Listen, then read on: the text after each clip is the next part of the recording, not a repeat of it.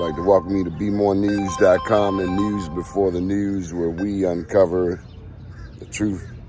Dr. Powers, I'm actually doing a live broadcast on the very thing that I've been talking with you about for the past several months, I guess a few years now, the consent decree. My big question is, well, it's more of a statement. It's not working. Well, I think, if I may, you want me to respond now? Sure. The consent decree has nothing to do with what you're seeing in terms of police action or inaction. And if you believe, or people believe that's the case, then what you're doing is giving the police a crutch.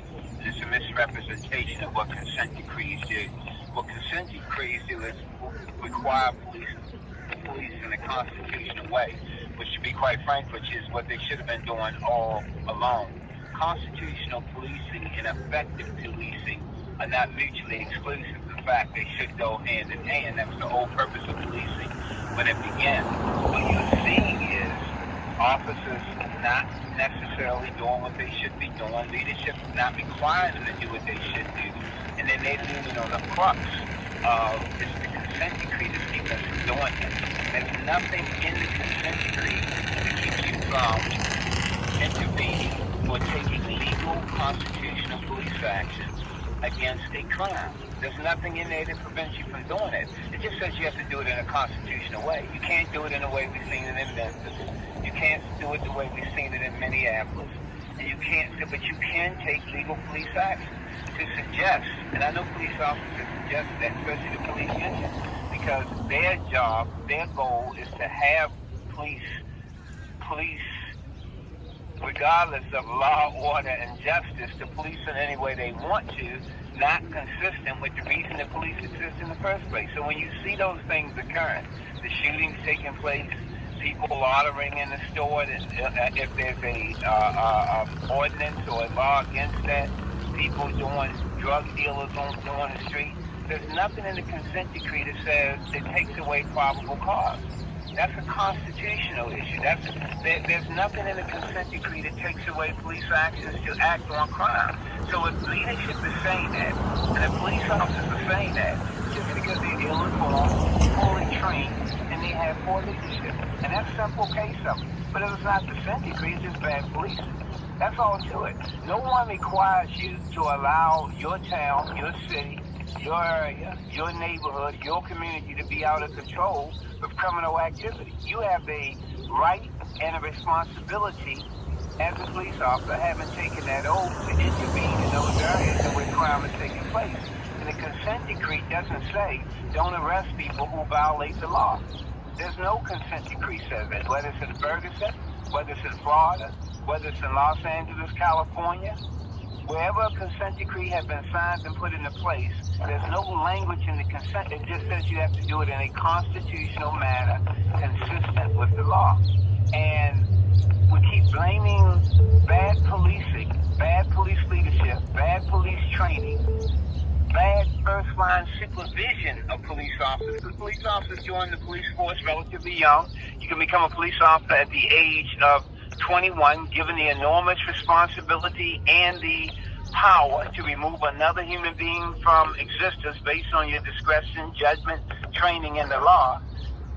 And then we have first-line supervisors who can manage. They're great managers. They passed all the tests to become first-line supervisors, but they're not great leaders.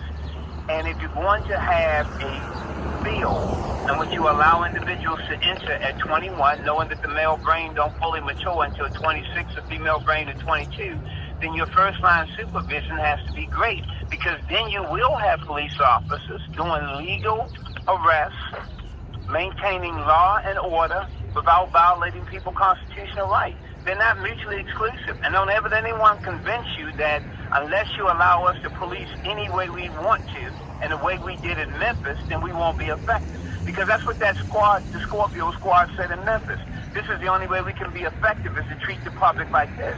And that's not true. It's not true. That's absolutely and unequivocally not true. And I know it's not true because I was a police officer and I was a special agent with the FBI. But we lean on the crux of the consent decree. It is not the consent decree that is allowing what you are seeing every single day. What is allowing what you're seeing every single day is bad police leadership, bad police command staff, bad first-line supervisors, and bad information given out the academy if officers are saying, I won't take action because of this. Because in any other job, in any other position, if you're saying the rules keep you from doing your job effectively, somebody will tell you to go do another job. If you're in the NFL and you're a cornerback, and they say you can't grab someone else who's going to be pass interference, and you say, well, I can't do my job if I can't grab someone, then they say, well, you can't do your job. You can't be a cornerback in the NFL. But what we do in policing saying that if we've written rules that say you have to constitute in a constitutional way, you can decide I'm not going to do it at all and keep your position. That's silliness. And that's a misrepresentation of the truth. That's a mind game that they're playing on us, but it's not the consent decree, it's just bad policing. Dr. Powers, And that's the bottom line. thank you very much, Dr. Powers. You've made our interview complete. Thank you. Yes, sir.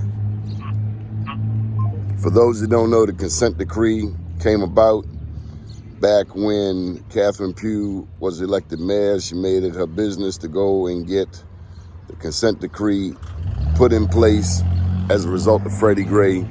And consequently, what we have seen is a change in Baltimore policing. My name is Donnie Glover. Keep watching BeMoreNews.com. That was Dr. Tyrone Powers, former FBI agent. He's also a former police officer. Keep watching Be More News, the news before the news, where we uncover the truth.